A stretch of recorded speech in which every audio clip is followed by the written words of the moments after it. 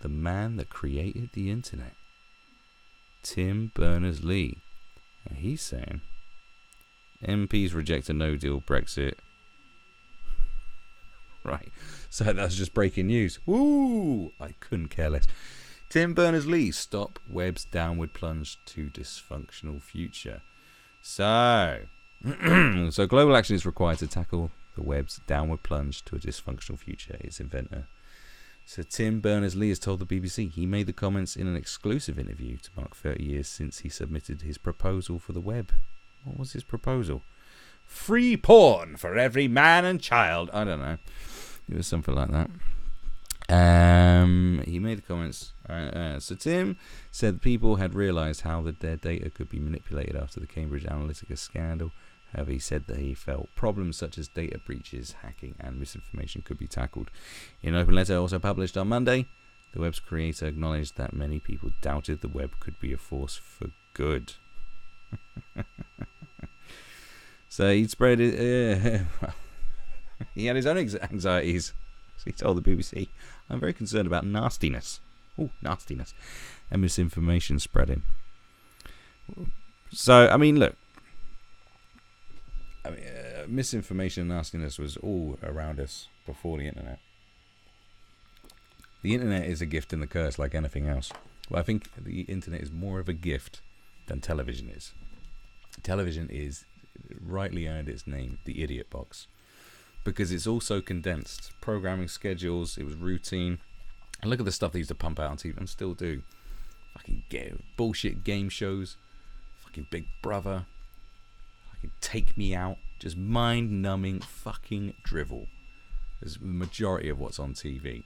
Yeah, you can say, you know, all the great dramas and the great comedies and some good documentaries, series, investigative journalism that's gone on.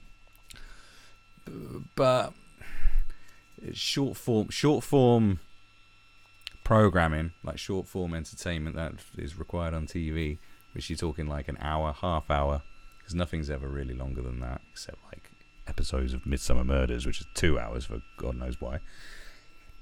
It's not good for intellectual debate. It's not good enough to be given enough information. There's too much chopping down, editing restrictions. It's never given you enough information, and it's always had a slant on it. It's just never been good enough for the human condition. It's never been good enough for us to process stuff and to learn and to like really know what's going on. It's basically everything was just offered to you going, this is what all the news outlets want you to know about now. All the rest of it can be forgotten about. Now there is, you know, the internet can be like that at times, depending on which echo chamber you're living in or whatever, or what algorithm is servicing you're a slave to. But for the most part, there's so much stuff that you've probably found out about that you wouldn't found out about if it was just TV was the most dominant thing. We are more enlightened now. We know more, and yeah, we know a lot more nonsense. Okay, conspiracy nonsense for sure. Far left lunacy, oh for sure. You know, there's all kinds of stuff like that. But for the most part, we're definitely better off as human beings, and that's why, you know, mainstream media, legacy media, whatever you want to call it, really don't like the internet much. And you know, they all have a presence on it because they have to, begrudgingly, but they want it like the good old days. But it's not going to be like that. So we're better off. We could, you know, young people that consume loads of YouTube have the opportunity to, when they grow up, to watch more long form discussion stuff, which is very popular. You know, look at all the big popular podcasts that are up on YouTube as well. It's all very popular stuff. You got like intellectuals and political speakers who are like rock stars now. I mean, that never happened before, but that's the thing that happens now. So it's kind of a good time, because rock stars shouldn't be rock stars.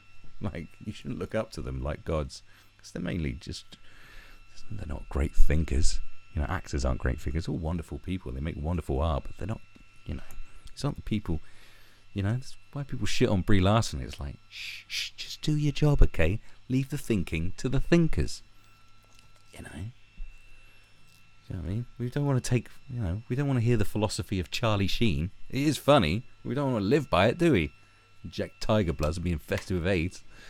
So, you know, I think we're definitely, the gift and the curse situation. The gift is so much better, and like the opportunities it's given people who, I mean, you got introverts, you got people who couldn't have amounted to nothing becoming millionaires, and I think that's fucking cool as fuck. that's so awesome. And I said it before about, was it James Charles, the fact that you can have a guy who is a man that does makeup, that's mainly and he has a makeup line that's bought by women, predominantly by women, and he's a man, and he's a millionaire because of this. Only the internet could have fucking done that. That's crazy. I've always said that it's crazy. Think about it, 20 years ago, that would have been impossible. That's like an entrepreneur. That's like a business idea that people are like, what? You do what? You're a man, and you got a makeup line, and you do makeup tutorials, and you're a millionaire because of it, and it's for women. Huh? It's crazy. When you think about it, that's crazy. It doesn't seem crazy now, but it is fucking crazy. And that's a beautiful thing. It's all a beautiful thing. So, love the fucking internet. I love buying bombs on the dark web. So in his letter, Tim outlined 3 specific areas of dysfunction that he said were harming the web today. Malicious activities such as hacking and harassment. Hacking is obviously always going to be a problem. Harassment, like, look, in-person harassment is always worse than fucking online harassment. Let's face facts. We really need to, like, just I said it's worse for younger people. Because their brains ain't fully developed. But if you're a grown-ass person and you're worried about being harassed online, just get offline and fucking go play in the park. Problematic systems design, such as business models that reward clickbait. The old clickbait. Now that, he is bang on the money. It is a problematic system. And think how much clickbait there is that just generates, and rage, especially rage clickbait, which has been popping since, I don't know, probably since 2012 is when it really started to pick up. Like outrage marketing, clickbait. Yeah. It's because it's all clickbait and rage bait are the same thing. It's the same thing. It's like, look at this headline. Like, clickbait doesn't necessarily have to be like misleading. It doesn't have to be something that's a misleading thing. It's just because clickbait is, this thing will get clicked on. This is a subject. And that's why they regurgitate the same things and the same things that mainly make people angry, with a lot of falsities in it. And then you got the real clickbait, the Lance Stewart clickbait, I'd call it. The mad clickbait. I mean, BuzzFeed is like the inventor. I swear BuzzFeed is like the inventor, like the pioneer of clickbait. Because every time I'd see something stupid, I swear, at least this is years ago, it lead to like something on BuzzFeed. Be top 10 stupid shit you won't believe. Number 4, always stuff like that. And you click on it, and number 4 was never there. And it used up so much bandwidth that fucking, you'd crash the entire internet. I'm pretty sure it was always BuzzFeed. This is a long time ago because I stopped. Yeah, I don't get clickbait no more, motherfucker. I don't see a thumbnail of a juicy ass and go, that's porn. It's not. It'll be some sort of tanning salon, right? So So design such as business models that reward clickbait, definitely rage bait, clickbait, whatever you want to call it. Like, there's so many online outlets that that's all they do, and it is a problem. It's because, number one, it wastes people's time as well, which I think is the worst thing. It wastes people's time. And it wastes valuable brain capacity. So was it unintended consequences such as aggressive or polarized discussions? Unintended consequences such as aggressive or polarized discussions. What? Is this guy a nutter as well? Like, what? In this letter, Tim outlined 3 specific areas of dysfunction. Aggressive or polarized discussions. Well, this is very polarizing. Well, that's all a matter of fucking opinion. That's subjective. Like, what's polar? Like, well, this is very polarizing. What are you talking about? What, just removing debate? Right, he needs to pipe down, doesn't he? I mean, I agree on the first two. I'm like, yeah. The third one, I'm like, you what? These things could be dealt with in part through new laws and systems that limit bad behavior online. Here we go again. Regulation. No, don't be free. Don't be free thinking. No. Tim Berners, you Burkoff. His proposal for the web. Is he the guy that invented? So who is? I thought he was the guy that fucking. I don't know much about stuff, do I? Who is? I thought he's the guy that one of the proponents. Oh, Tim Berners-Lee. Also known as an English energy and computer scientist. He is the guy I'm thinking of, isn't it? Oh my god.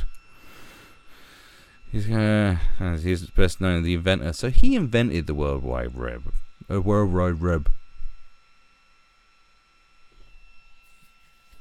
We need open web champions within governments, civil servants, and elected officials who will take action when private sector interests threaten the public good, who stand up to protect the open web. My god, they've even got to the guy that invented the fucking internet. Because he had a whole, it was,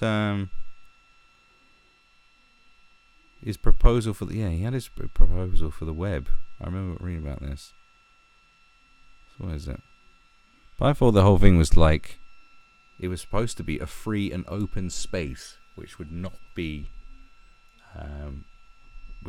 touched by governments, where governments would have to keep their noses out. This is a free space for everybody, not to be interfered by government controls. That was the whole thing.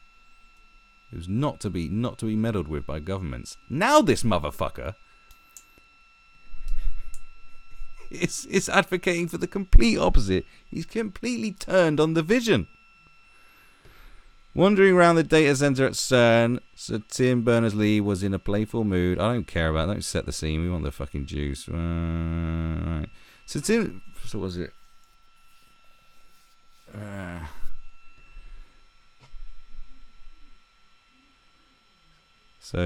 What was it? Sorry. I expected an upbeat answer, instead gesturing to indicate an upward and then a downward curve. He said that after a good first 15 years, things had turned bad and a mid-course correction was needed. His brilliant creation had grown into a troubled adolescent, and Sir Tim sees it as his personal mission to put the web back on the right track. So what was it? Sir Tim's vision was at once utopian and realistic. No, it's a good idea, but the free open space, it's just fucking retarded. It's like a utopian space to express ideas and blah, blah, blah. It's like, you're a fucking numbnuts. You're a great engineer. You created a great thing, but the fact is, you're a fucking naive tool. You thought you could create this open space where anything was possible, where information could be shared and gathered and anyone could do what they want and blah, blah, blah. And you didn't think that people would fucking misbehave. You fucking dickhead.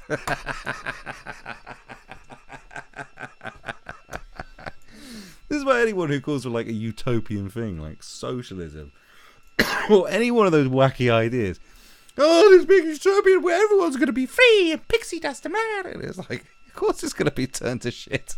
It's got humans in it, you twats. Oh, I thought it was going to be this utopian thing when everyone was, it was just My Little Ponies running around. Everyone was free to do what they want, and no one would do anything naughty or weird. For goodness sake, leave it the way it is. Just because it's full of disgusting and horrid shit doesn't mean it's bad. The world's full of disgusting and horrid shit. Did you think all the disgusting and horrid shit wouldn't make its way into your internet space? Alright, it's done. It's fucking done. There's many things we need to get rid of, but like getting rid of, not rid of discussion. We don't need the government's. The governments just need to do what they got to fucking do. Okay, this is what they're supposed to do, or someone needs to organise a body that works in conjunction with authorities. Is get rid of kiddie porn. Everyone's fine with that. Get rid of terrorist shit. Everyone would be cool with that. Do you know what I'm saying? Like, I'm talking about proper shit, like proper terrorist shit, not sort of wannabe make-believe fucking terrorist shit. Weird, no one needs to buy bombs online. Nobody. I know there's people who are probably like pro-bomb advocates, but like, actually, I don't know. Actually, no. Maybe we do need to buy bombs online because there's nutters in charge, and when they come after us with bombs, maybe we're going to need a bomb. I don't know.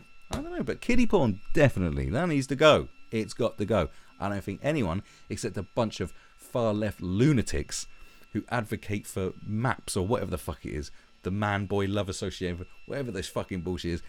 Those motherfuckers won't like it, but the rest of humanity who are okay, like Jesus, even far right lunatic racists don't like pedophiles. Like, come on, guys, no one likes pedophiles. Let's get rid of them. I think everyone would be happy with that if we can get that off the internet. If we could totally eradicate PD shit, I don't think everyone would be cool. I think it'd be cool. The rest of it, who gives a fuck? Who gives a fuck? You know what I'm saying? I don't know. Everything else, but like PD shit, naughty. Get rid of that shit. Everything's cool. Do you know what I mean? I mean, people are gonna be racist in real life. That's the thing. Like, it's like people can do all kinds of stuff in reality, but the the sharing of naughty kiddie stuff. The internet definitely made that easier, didn't it? So that's something you should fucking work on. Not shutting down people's opinions. You fucking numpty. Piss off to your utopian paradise. The internet's ours now, bitch. Fuck you. I mean, oh, but I created this thing and I wanted it to be. It's like, look, supply and demand. If you created something that people didn't like, no one would give a fuck. You could keep it to yourself. When you create something great and everyone grabs onto it, you can't hold on it. Like, an idea is only yours if it stays in here. Once you let it out, it's not yours anymore. Everyone's got a piece of it, whether you like it or not. That's how it works. That's what success is all about. So I say to you, Sir Tim, and your silly idea of a utopian place. What's it saying? What's his like? I see Tim's letter not only as a call to build a better web, but to rededicate ourselves to the core principles it embodies. What of a utopian and utopian and realistic and the principles it embodies. What was the principles? What was his principles? Said Tim. Hypercard, linked information, hypertext, a proposal, CERN doc. What was his proposal? Vague but exciting. What was his hyperdoc proposal? Describes, includes CERN. That was his proposal, was it? Right, okay. Alright, well done. His proposal for the web. Look. What was the was it Tim Berners Internet? What was it? Internet Manifesto? Was that what it? I don't know. That'll bring it out. Huh?